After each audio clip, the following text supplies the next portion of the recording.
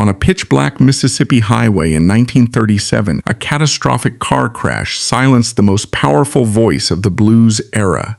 For decades, a sensational rumor claimed she bled to death on the roadside because a white hospital bolted its doors against her. The forensic truth of that night reveals a far more complex reality about the absolute lethal boundaries of the Jim Crow South. But long before her agonizing end became a political martyr's tale, she was a destitute orphan who harnessed her raw talent to conquer a segregated nation. This is the unvarnished story of an independent monarch who built an empire from nothing, only to have her final tragedy hijacked by a historical lie. The collapse of the Smith family structure was swift and absolute, a common reality in a segregated society completely devoid of medical care or social safety nets for its marginalized citizens. Her father, William Smith, a laborer who occasionally preached at a local Baptist church, died before Bessie could even form a memory of his face.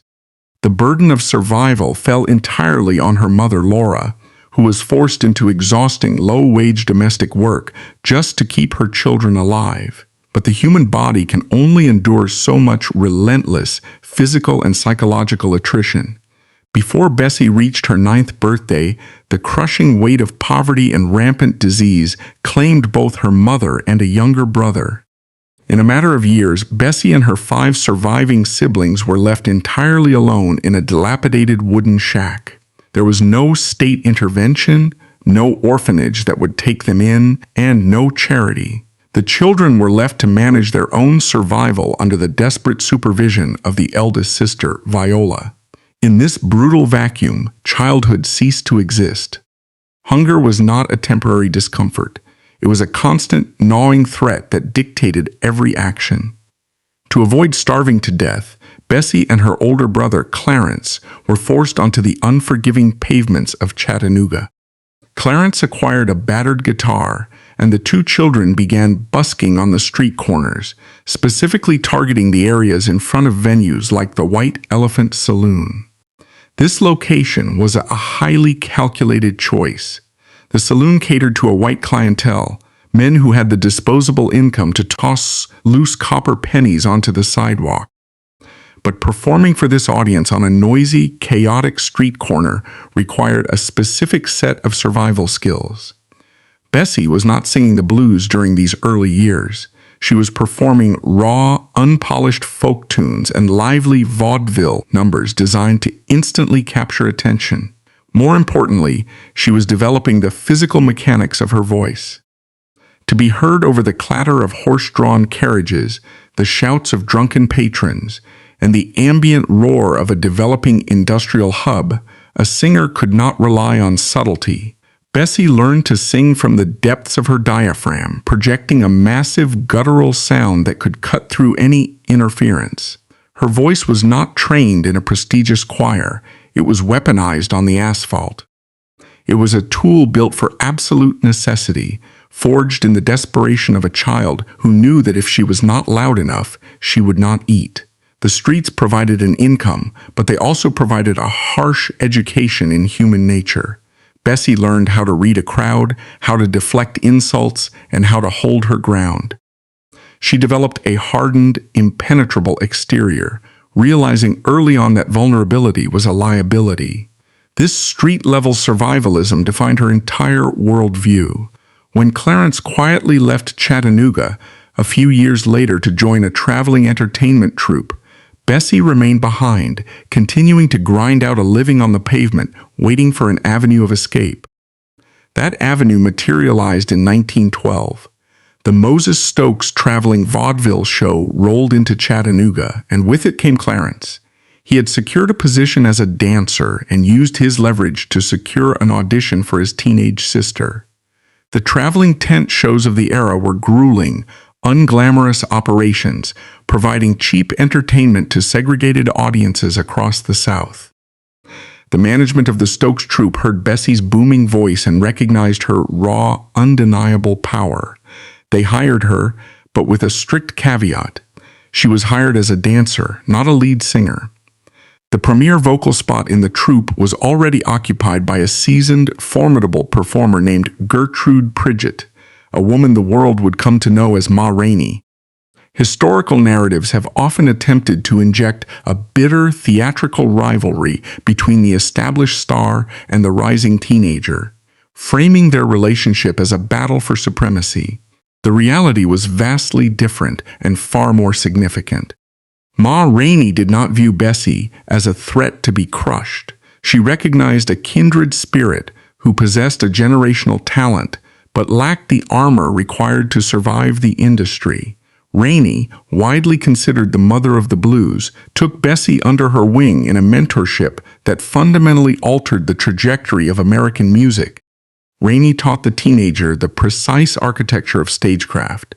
She demonstrated how to harness that massive, street-forged volume and focus it, how to pace a performance, and how to hold a restless, rowdy audience in the palm of her hand without uttering a word.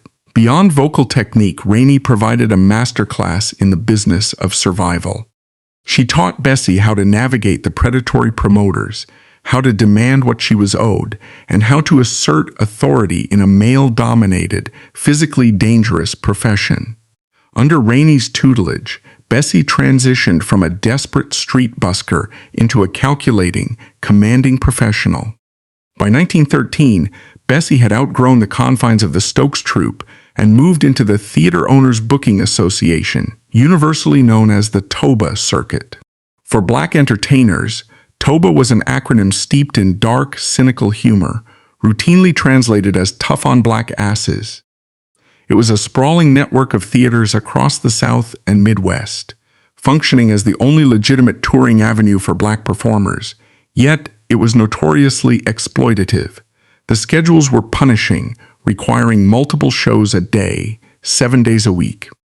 The accommodations were often squalid, with performers forced to sleep in cramped, unventilated backstage rooms because local segregation laws barred them from hotels. The theater owners, mostly white, were notorious for withholding pay, skimming profits, and treating the artists with blatant contempt. For nearly a decade, from 1913 to 1922, Bessie Smith lived inside this grinding, relentless machinery. It was a decade of profound physical and psychological endurance. She traveled over unpaved roads in stifling heat, performing in smoke-filled, poorly lit rooms where the air was thick with the smell of cheap liquor and sweat. Yet, it was within the brutal confines of the TOBA circuit that Bessie Smith achieved absolute mastery of her craft. She developed a stage presence that was described by witnesses as hypnotic and slightly terrifying. She refused to use the primitive microphones of the era, knowing they would only distort her power. Instead, she stood center stage and threw her deep, gravelly, intensely emotional voice directly at the back wall of the theater. She sang about poverty, betrayal, sexual desire, and the daily indignities of black life with a blunt, unvarnished honesty that resonated deep within the bones of her audience. When she performed at major venues like the 81 Theater in Atlanta, the response was explosive.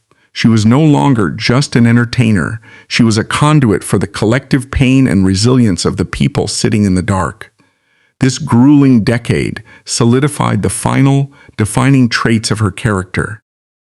Bessie Smith learned that in a society designed to extract her labor and ignore her humanity, politeness was entirely useless. She cultivated a fierce, uncompromising independence. She drank heavily to cope with the physical exhaustion of the road. She fought back with her fists when promoters tried to shortchange her, establishing a reputation as a woman who could not be intimidated, bought, or broken. As 1922 drew to a close, Bessie Smith was a hardened veteran of the Southern theater circuit, possessing a voice that could shake the foundation of a building and a temperament that could intimidate grown men. She had conquered the segregated theaters of the South, but the invention of a new technology in the North was about to transform her from a regional powerhouse into the wealthiest black woman in America, setting the stage for a revolution in the recording industry. The dawn of the 1920s brought a technological revolution that would fundamentally alter the landscape of American culture. But the men who controlled this new machinery were remarkably blind to its true potential. The commercial recording industry was in its infancy, dominated by white executives in northern cities who viewed the phonograph as a novelty device for delivering polite parlor music, classical overtures, and polished vaudeville routines to middle-class white audiences. They operated under a strict, unwritten economic assumption. Black Americans, largely impoverished and marginalized, did not possess the disposable income required to constitute a viable consumer market. This assumption was not merely a poor business calculation. It was a symptom of a deeply entrenched racial arrogance that rendered an entire demographic economically invisible. By 1923, this narrow vision had driven Columbia Records, one of the pioneering giants of the industry, to the absolute brink of bankruptcy. Desperation forces innovation, and in their frantic search for a lifeline, the executives at Columbia made a decision that would inadvertently shift the axis of American music. Frank Walker, a director of talent acquisition for the struggling label, remembered a voice he had heard years earlier while passing through a sweaty, raucous club in the Deep South. It was a voice that did not ask for attention but physically demanded it. Walker sent an associate to track down Bessie Smith and bring her to New York. When Bessie walked into the Columbia recording studio in early 1923, the clash of worlds was palpable. The studio was a sterile, clinical environment, a far cry from the smoke-filled, violent, and highly interactive southern tents where she had forged her craft. The recording technology of the era was primitive and entirely acoustic. There were no electronic microphones to artificially boost a singer's volume. Performers had to project their voices directly into a large, flared metal horn that vibrated a needle onto a wax disc. For many singers, this required a terrifying adjustment. For Bessie, it was merely an extension of what she had been doing on the street corners of Chattanooga since childhood. She did not need to adjust her volume for the horn. The engineers had to move her back from the device because the sheer concussive force of her baritone was causing the needle to jump and ruin the wax master. On February 15, 1923, standing before that brass horn, Bessie Smith recorded Downhearted Blues, a track penned by fellow blueswoman Alberta Hunter, with Gulf Coast blues on the reverse side. The executives at Columbia released the record with a sense of mild curiosity, hoping to capture a fraction of the regional southern market. What happened next shattered every established metric of the music industry. The record did not just sell, it caused a commercial stampede. Within its first 6 months, the single sold an unprecedented 780,000 copies. The demand was so voracious that Columbia's pressing plants had to run day and night just to keep the physical discs in stock.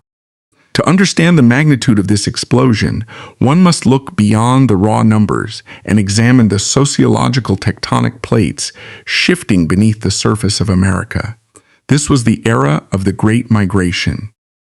Hundreds of thousands of Black Americans were fleeing the systemic terror and economic strangulation of the Jim Crow South, packing themselves into trains headed for the industrial factories of Chicago, Detroit, and New York. They arrived in the North seeking freedom, but found instead brutal manual labor, overcrowded slums, and a cold, isolating urban landscape. They were profoundly homesick, traumatized by their displacement, and starving for a cultural anchor.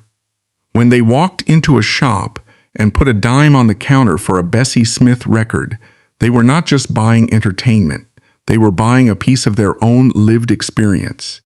When Bessie's heavy, dragging, unapologetic voice poured out of the wooden phonograph cabinets in the cramped tenement apartments of Harlem or the South Side of Chicago, she articulated a specific collective grief that no white politician or industrialist even knew existed. She sang about abusive men, unpaid rent, crushing poverty, and the deep, abiding sorrow of being Black in America. She validated their pain. In return, the black working class elevated her to royalty, spending their hard-earned factory wages to pull Columbia Records out of bankruptcy and back to absolute industry dominance. Recognizing that they had struck an unfathomable goldmine, the executives at Columbia moved swiftly to lock down their new asset. They aggressively marketed her records under the newly minted category of race records, a term that, while offensive to modern ears, was used at the time to signal music made specifically by and for Black Americans. To ensure no other artist could challenge her supremacy, the label officially branded her the Empress of the Blues. It was a marketing title, but Bessie wore it as a literal crown. The power dynamic in the studio shifted violently. She was no longer a Southern performer hoping for a break. She was the economic engine of a major Northern corporation. She knew exactly how much money she was generating for the white men in the boardroom, and she demanded her share with a fierce, uncompromising aggression that left the executives stunned and intimidated. At the absolute zenith of her recording and touring career, Bessie Smith commanded a salary of $2,000 a week. In the 1920s, this was a staggering, almost incomprehensible sum of money, equivalent to roughly $40,000 a week in today's currency.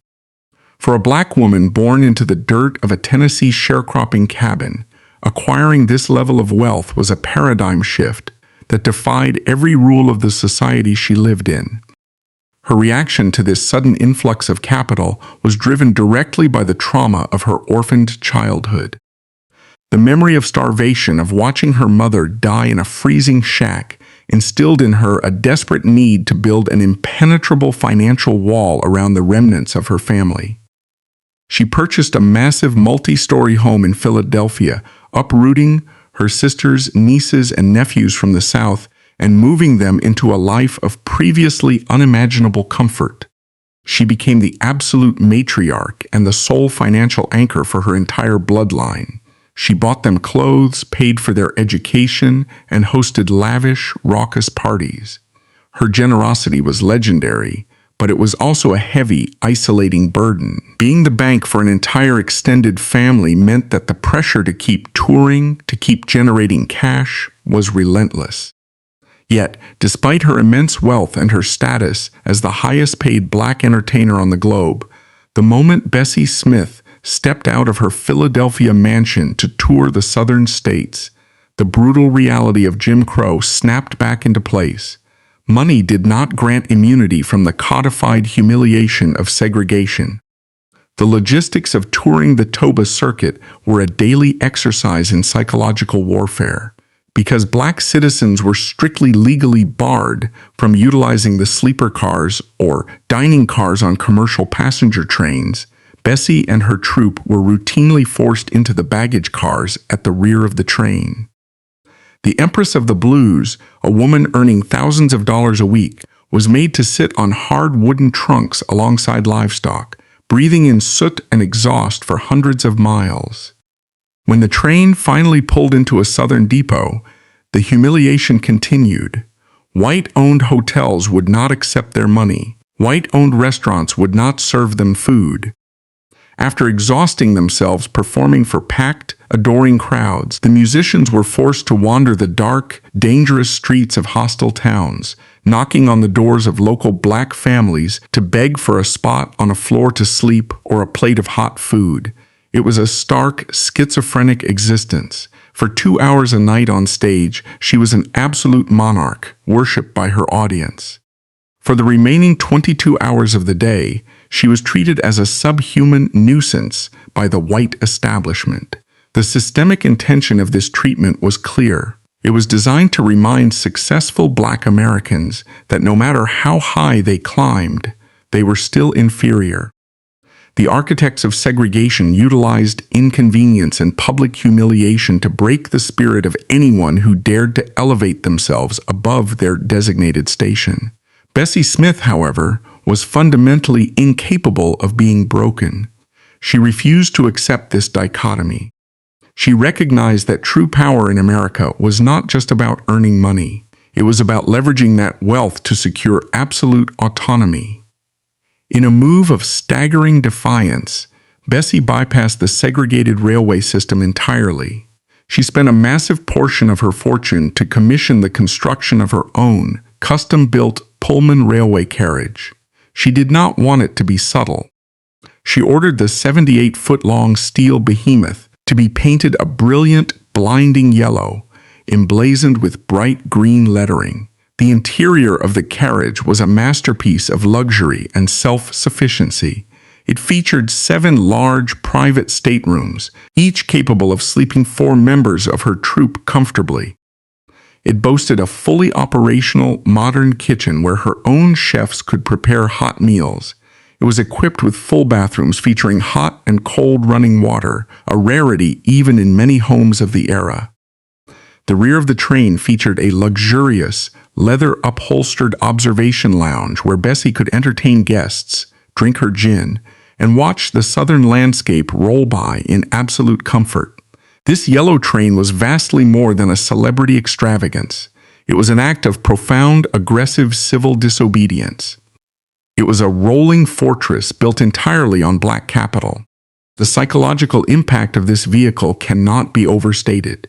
When the Bessie Smith troop rolled into a rural, deeply segregated town in Georgia or Mississippi, they did not arrive quietly. The bright yellow train dominated the local depot, a massive, gleaming middle finger to the local racial hierarchy.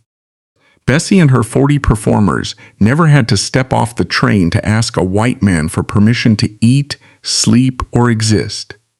They slept in their own pristine beds. They ate food purchased with their own money and cooked in their own kitchen. If the local white sheriff or theater owner attempted to intimidate them, they simply retreated to their steel fortress and locked the heavy doors. By purchasing the train, Bessie Smith had effectively bought her way out of Jim Crow. She demonstrated to the terrified, oppressed black populations of the towns she visited that white supremacy was not an invincible force of nature. It was merely a system, and with enough raw power and unyielding courage, that system could be bypassed entirely. The yellow train was a physical manifestation of her pride. It was a daily, highly visible humiliation of the Southern's establishment, proving that the Empress of the Blues would never bow, never beg, and never apologize for the space she occupied.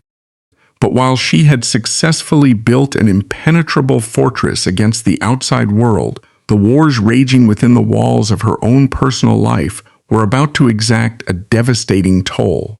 The gleaming yellow Pullman carriage shielded Bessie Smith from the systemic indignities of the Jim Crow South, but the interior of that private sanctuary was a highly volatile kingdom, governed entirely by her own turbulent psychology.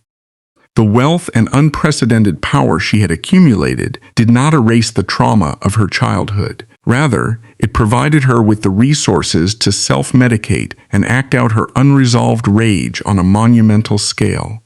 Behind the closed doors of her private train, Bessie did not adopt the polished, conservative respectability politics championed by the black middle class of the era. Respectability had never put a meal on her table in the slums of Chattanooga, and she had no interest in feigning refinement to appease white critics or conservative black church leaders. She was aggressively, unapologetically raw. She drank bathtub gin with a heavy, relentless capacity that would have incapacitated a lesser person, using the alcohol to numb the physical exhaustion of performing and the crushing pressure of carrying her entire extended family financially. Her personal life was a chaotic defiance of societal norms.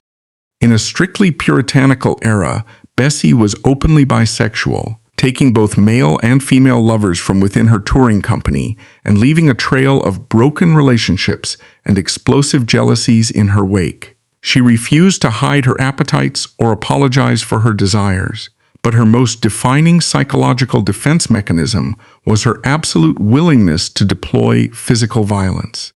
The street survival tactics she learned as an orphaned child had calcified into a hair-trigger temper. If a theater owner attempted to change her at the box office, she did not call a lawyer. She confronted the man physically, relying on her imposing height and formidable strength to beat her wages out of him. She carried a weapon, she swore with the creativity of a seasoned sailor, and she demanded total obedience from her crew. In a society where a black woman was statistically the most vulnerable demographic on the continent, Bessie Smith used intimidation as an absolute shield. She made it brutally clear that she was the most dangerous person in the room, ensuring that no one, neither white promoters nor ambitious musicians, would ever dare to exploit her again. This fierce autonomy drove a critical business decision in the mid-1920s. Bessie grew tired of negotiating with white theater owners across the South who routinely attempted to skim her profits and dictate her schedules. Furthermore, many of the segregated theaters in rural areas were simply too small to accommodate the thousands of black fans who wanted to see her. Her solution was an act of massive logistical ambition. She purchased her own custom-made, heavy canvas pavilion tent. It was an enormous structure capable of holding over 2,000 spectators, complete with its own portable stage, lighting rigs, and seating. By traveling with her own venue, she bypassed the theater monopoly entirely. She controlled the ticket sales, the concessions, and the environment. She would rent a vacant field on the outskirts of a southern town, park her yellow train nearby, and her crew of stagehands would erect a temporary, autonomous sanctuary for black joy. However, planting a massive tent in a vacant field in the Deep South stripped away the physical protection of the brick-and-mortar theaters.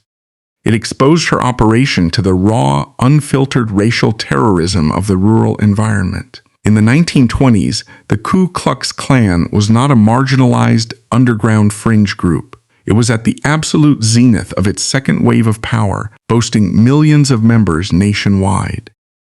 In the southern states, the Klan functioned as a shadow government, deeply integrated into the local police forces, the judiciary, and the political establishment.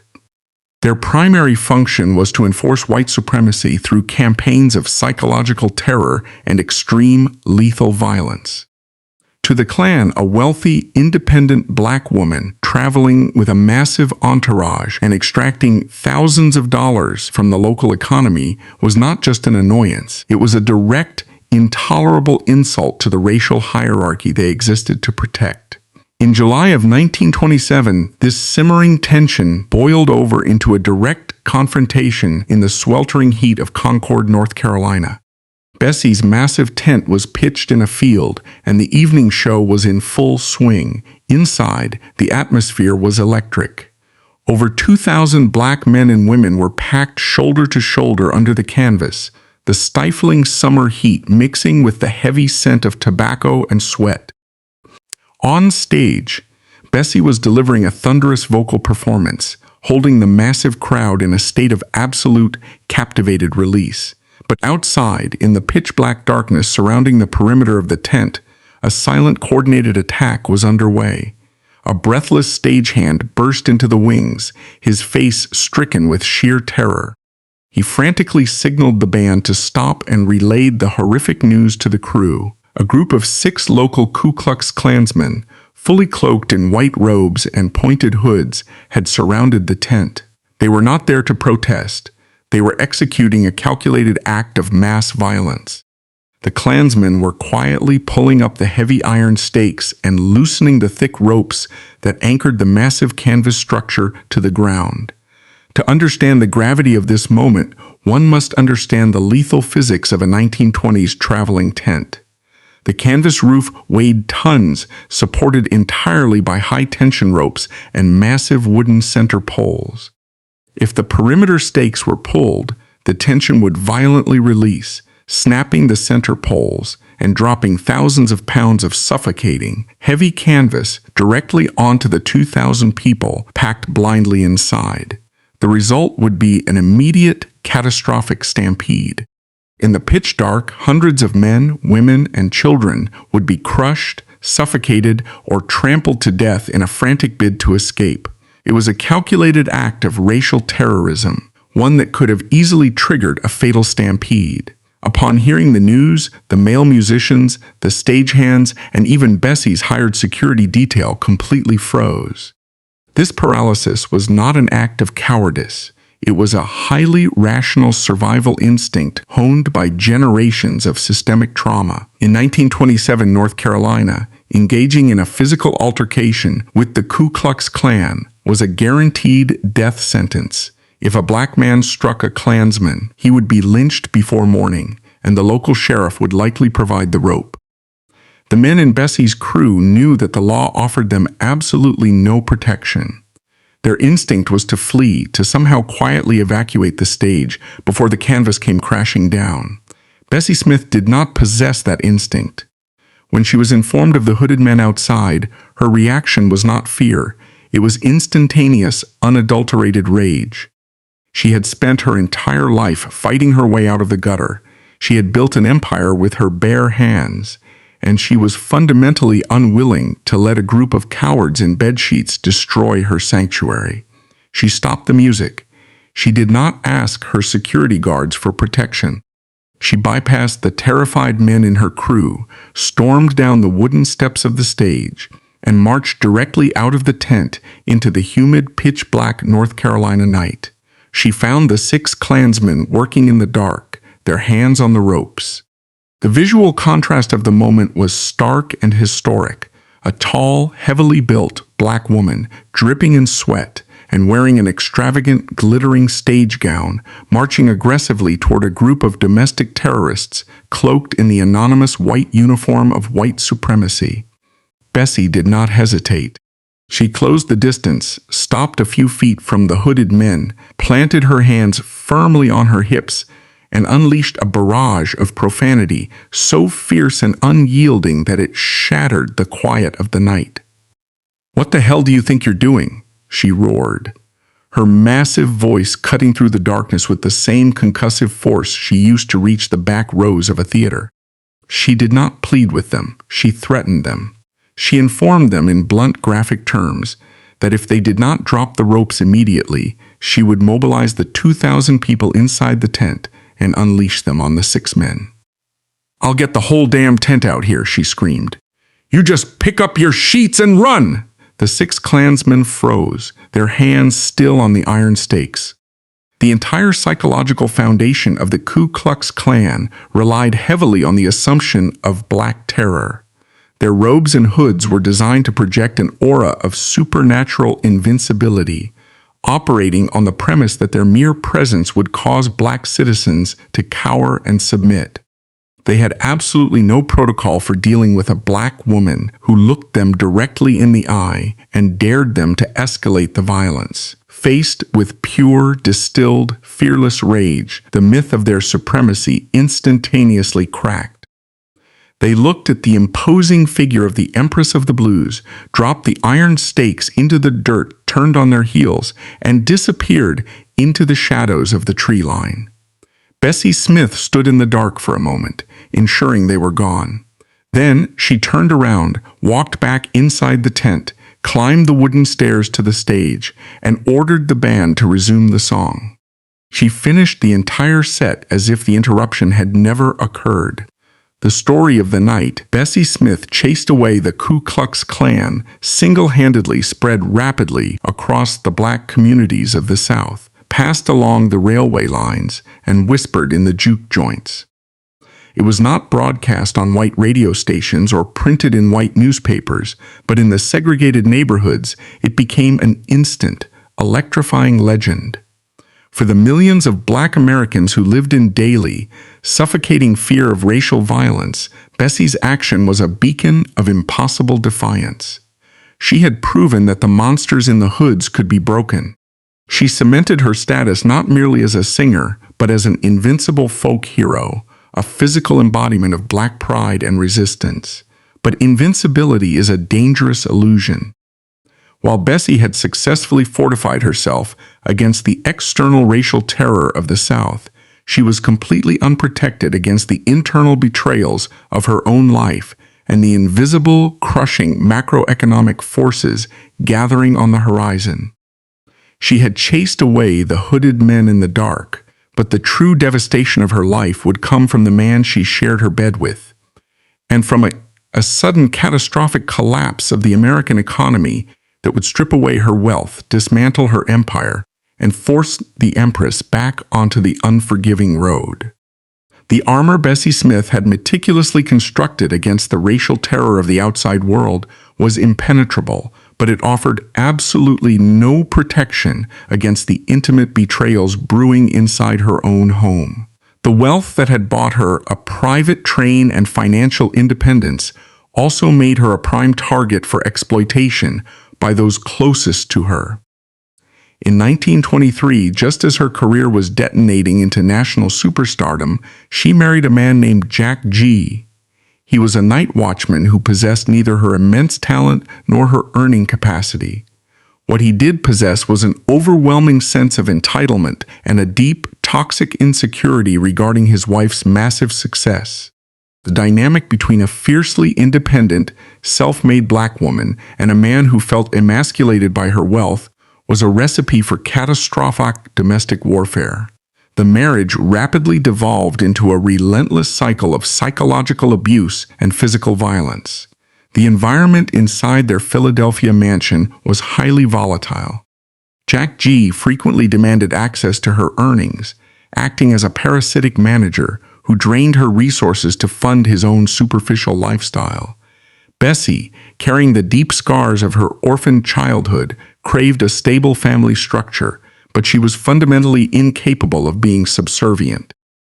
When Jack attempted to control her, she fought back with the same brutal, physical ferocity she used to fend off cheating theater promoters. The violence in their household was mutual and explosive, often fueled by Bessie's increasing reliance on heavy gin to numb the exhaustion of her touring schedule and the isolation of her fame. The true devastation of their relationship, however, lay in Jack G's calculated infidelities and ultimate act of extortion. G used the money generated by Bessie's grueling labor to secretly fund and produce stage shows for his mistress, a rival singer named Gertrude Saunders. This was not merely an emotional betrayal, it was a profound financial insult. When Bessie discovered the affair, the ensuing confrontations were violent enough to fracture the marriage permanently, leading to a bitter separation. But Jack G understood exactly where Bessie was most vulnerable, and he struck with a level of cruelty that the Ku Klux Klan could never have achieved.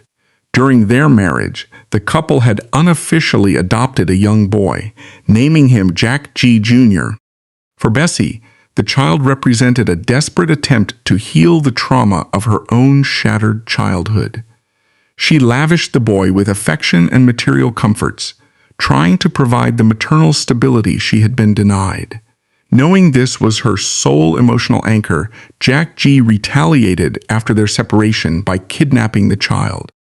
He secretly placed the boy in a strict, austere orphanage under a different name, using the child's location as leverage to torment Bessie and extort money from her. The loss of her son broke something fundamental inside her. The woman who could stare down a mob of hooded terrorists was left completely powerless against a legal and social system that offered no recourse for a black woman fighting a domestic dispute. The kidnapping drove her into a deep, paralyzing depression, accelerating her alcoholism and isolating her further. As her personal life imploded, a macroeconomic catastrophe was gathering on the horizon that would systematically dismantle her professional empire. In October 1929, the American stock market collapsed, triggering the Great Depression. The economic devastation was absolute, but it did not strike all demographics equally. For the working-class black Americans who formed the bedrock of Bessie Smith's audience, the Depression was an apocalyptic event. They were the first to be laid off from factories and domestic jobs. In neighborhoods like Harlem and the South Side of Chicago, unemployment soared to unfathomable levels. The people who had loyally spent their hard-earned dimes on her records were suddenly struggling to afford bread. The market for 75-cent race records evaporated almost overnight. Columbia Records, the company Bessie had single-handedly saved from bankruptcy just 6 years earlier, saw its profits plummet. Simultaneously, a massive shift in entertainment technology and cultural taste was rendering her traditional business model obsolete. The advent of talkies, motion pictures with synchronized sound, decimated the live vaudeville circuit.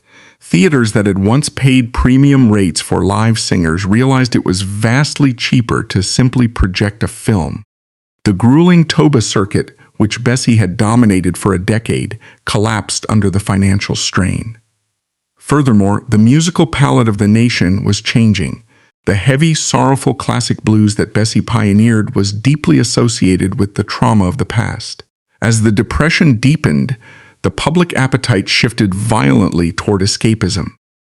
They wanted the fast, upbeat, highly polished sound of big band swing jazz. They wanted music that made them forget their misery, not music that confronted it head-on. Bessie's raw, dragging, emotionally devastating baritone suddenly felt antiquated to a younger generation desperate for a distraction. The corporate response to this cultural shift was ruthless. In 1931, Columbia Records officially terminated its exclusive contract with the Empress of the Blues. The financial hemorrhage that followed was rapid and humiliating.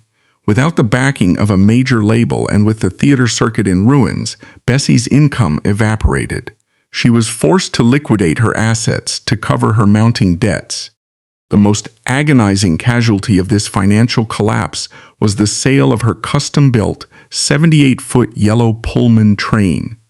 The rolling fortress that had protected her from the indignities of the Jim Crow South was gone. Bessie Smith was forced to return to the road in a standard passenger car. She stripped away the massive entourage, the custom tents, and the lavish costumes.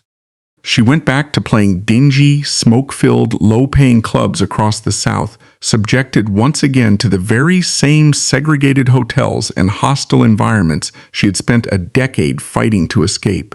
It was a staggering fall from grace, a daily, grinding humiliation designed to crush the spirit of a woman who had once demanded the world bow to her. But the fundamental core of Bessie Smith was forged in the starvation of Chattanooga. She did not know how to surrender. She accepted the reality of her diminished status, but she refused to let the industry declare her dead. In 1933, a wealthy, young, white record producer named John Hammond, who recognized her historical genius, sought her out. He offered her a chance to record 4 final tracks for OK Records. The financial terms were an absolute insult compared to her prime. She was paid a flat fee of just $37.50 per song, with 0 royalties. Many artists of her former stature would have rejected the offer out of sheer pride. Bessie took the money and walked into the studio. The 1933 session was a revelation. Hammond had surrounded her with a group of young, forward-thinking jazz musicians, including future legends like Jack Teagarden and Benny Goodman.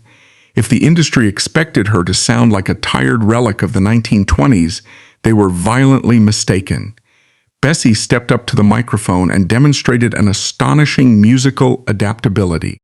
She recorded tracks like Gimme a Pigfoot, Take Me for a Buggy Ride, and Do Your Duty. She did not sing the heavy, dragging blues of her past. She swung. She adapted her massive, concussive voice to the buoyant, driving rhythm of the swing era, proving that her talent was not confined to a single decade or a specific genre. The recordings from that session possess a fierce, unyielding vitality. She sounded vibrant, aggressive, and entirely in command. The 1933 tracks were not a swan song. They were a strategic pivot. Bessie was laying the groundwork for a massive career resurgence, demonstrating to the producers in New York that she could front a modern swing band just as easily as she had dominated a vaudeville tent. By 1936, she was actively touring again, slowly rebuilding her capital and drawing the attention of promoters who realized that the Empress still possessed the power to hold an audience captive. She had survived extreme poverty, a toxic marriage, the loss of her child, and the complete collapse of the American economy. She was poised for a triumphant return to the national spotlight, driving through the darkness of the Mississippi Delta toward a new chapter, entirely unaware of the parked truck waiting for her on the shoulder of Highway 61. The resurgence of Bessie Smith was not destined to be completed on a brightly lit stage in New York. It was violently aborted in the pitch-black darkness of the Mississippi Delta. By September of 1937, Bessie was meticulously rebuilding her empire. She was traveling with a new partner, Richard Morgan. Unlike the parasitic and violent Jack G., Morgan was a steadying presence. He was a bootlegger with his own money, the uncle of jazz musician Lionel Hampton, and a man who did not feel emasculated by Bessie's overwhelming personality. Together, they were driving south, navigating the brutal geography of the Jim Crow system, but doing so with the quiet confidence of seasoned veterans. Bessie was booked to perform a lucrative show in Darling, Mississippi. She was 43 years old, her voice had adapted seamlessly to the swing era, and she was poised to reclaim her throne. On the night of September 25, they left Memphis, Tennessee, and headed south down Highway 61. This road was the central artery of the Delta, a narrow two-lane strip of asphalt cutting through vast, empty stretches of cotton fields. At 2 a.m. on September 26, the highway was desolate and completely devoid of streetlights. Morgan was behind the wheel of an aging, wood-framed Packard. Bessie sat in the passenger seat, the window rolled down to combat the stifling southern heat, her right arm resting casually on the sill. Ahead of them in the darkness, a heavy transport truck belonging to the National Biscuit Company had pulled over onto the narrow shoulder to check a tire. The white driver committed a fatal act of negligence. He failed to engage his rear warning lights. As he slowly began to ease the massive steel vehicle back onto the active carriageway, the truck formed an invisible, impenetrable wall across the right lane. Traveling at a high rate of speed, Richard Morgan did not see the unlit truck until it was mere feet away. He yanked the heavy steering wheel violently to the left in a desperate, evasive maneuver, but the physics of the impending collision were unavoidable. The heavy steel rear corner of the truck caught the front right side of the Packard. The structural integrity of 1930s automobiles was notoriously poor. The wooden frame of the passenger side was instantly, violently sheared away. Because Bessie was sitting on the right side with her arm exposed, her body absorbed the absolute maximum force of the impact. The physical devastation was catastrophic. Her right arm was crushed and nearly severed at the shoulder, leaving it attached only by a few tendons. The sheer force of the collision slammed her massive frame forward, shattering her ribs and inflicting massive, blunt force trauma to her chest and internal organs. The truck driver, realizing the severity of the crash, panicked, restarted his engine, and fled into the night, leaving the destroyed Packard smoking on the highway. Richard Morgan, who miraculously escaped with only minor injuries, was left standing in the dark next to a woman rapidly bleeding to death. Minutes later, the headlights of another vehicle pierced the darkness. A white surgeon from Memphis, Dr. Ku Smith, and his fishing companion, Henry Broughton, were driving down the same stretch of highway. Seeing the wreckage, Dr. Smith slammed on his brakes and sprinted to the Packard. What he found required immediate, extreme medical intervention. He recognized that Bessie was in severe shock and hemorrhaging rapidly from the mangled stump of her arm. Working entirely in the dark, Dr. Smith applied a makeshift tourniquet to stem the arterial bleeding. Bessie weighed over 200 pounds, and moving a patient of that size with a shattered rib cage and a severed limb was a grueling, physically agonizing task. Dr. Smith and Broughton carefully dragged her out of the ruined vehicle and laid her flat on the grassy shoulder to clear her airway, waiting for an ambulance to arrive from the nearby town of Clarksdale. While they waited, the situation escalated into total chaos. A second vehicle, driven at high speed by two intoxicated white youths, barreled down the highway. Despite Broughton waving his arms frantically to warn them, The drunk driver plowed directly into the rear of Dr. Smith's parked car. The impact propelled the doctor's vehicle straight into the wreckage of the Packard. The dark shoulder of Highway 61 was now a chaotic triage scene of twisted metal, shattered glass, and multiple casualties. When the emergency vehicles finally arrived from Clarksdale nearly 30 minutes later, the systemic racism of the Deep South dictated the exact protocol of survival. In 1937 Mississippi, emergency response was strictly segregated. A white ambulance arrived and immediately loaded the two intoxicated white youths who had caused the secondary crash, prioritizing their minor injuries over the critically wounded black woman bleeding out on the grass. A second vehicle arrived for Bessie. It was not a modern medical transport. It was a modified hearse dispatched by a local black funeral home, the standard method of ambulance transport for black citizens under Jim Crow. Bessie was loaded into the hearse and driven directly to the G.T. Thomas Afro-American Hospital in Clarksdale. The doctors at the segregated facility immediately recognized that she was in profound hypovolemic shock. Her internal organs were crushed, and her vascular system was collapsing from the catastrophic blood loss. In a desperate final attempt to stabilize her blood pressure, the surgeons amputated the remains of her right arm. But the trauma was too severe for 1930s medical science to reverse. She never regained consciousness. At 11:30 a.m. on September 26, 1937, the heart of the Empress of the Blues stopped beating. Almost immediately following her death, a powerful incendiary narrative was injected into the American consciousness, a narrative that would dictate how the world viewed her demise for decades. In November of 1937, the wealthy white Northern record producer John Hammond published a furious article in Downbeat magazine. Hammond explicitly claimed that Bessie Smith had bled to death because the ambulance had driven her to a white hospital in Clarksdale, where she was cruelly refused admission due to her race. He painted a horrific picture of the Empress bleeding out in the back of a hearse while driving around searching for a facility that would accept a black woman. In 1959, the playwright Edward Albee cemented this version of events into the cultural bedrock with his acclaimed play, The Death of Bessie Smith. Bessie was posthumously transformed into a martyr, a direct victim of a racist medical system that let her bleed to death on its doorstep. This story enraged the nation and became a powerful rallying cry for the early civil rights movement. But forensically and historically, it was a fabrication. Decades later, historian Chris Albertson conducted rigorous, localized research for his definitive biography of the singer.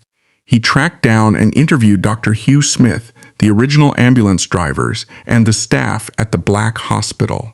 The reality they confirmed was much starker and infinitely more indicative of how deeply entrenched segregation truly was. The ambulance driver had never attempted to take Bessie to a white hospital. As Dr. Smith bluntly pointed out, no black ambulance driver in 1937 Mississippi would have been foolish enough to pull up to the emergency room of a white hospital with a dying black patient. Doing so would not have merely resulted in a refusal of service. It would have invited immediate violence, arrest, or a lynching for the driver. The racial boundaries were so absolute, so universally understood, that the hearse bypassed the white facilities entirely and drove in a straight line to the G.T. Thomas Hospital. Bessie Smith received the absolute best medical care that the segregated system allowed. It simply was not enough to save her from a severed artery and a crushed chest. However, historians categorize Hammond's fabrication as a representative myth. While Hammond was factually incorrect regarding the specific logistics of Bessie Smith's death, his underlying accusation was fundamentally true regarding the broader Black American experience. Throughout the Jim Crow era, countless black citizens did die agonizing, preventable deaths outside the doors of well-equipped white hospitals that refused to treat them. The public immediately believed the rumor about Bessie because it validated a collective, undeniable trauma. The lie about her death functioned as a necessary catalyst, forcing a white Northern audience to confront the lethal brutality of Southern segregation. While the nation mourned the martyr, the actual woman was subjected to one final, unforgivable betrayal. Bessie's body was transported back to Philadelphia for burial. Her funeral was a monumental event, with an estimated 10,000 black mourners lining the streets to pay their respects to the woman who had provided the soundtrack to their survival. But the arrangements were controlled by Jack G.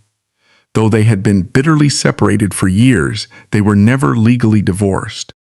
G seized control of her estate.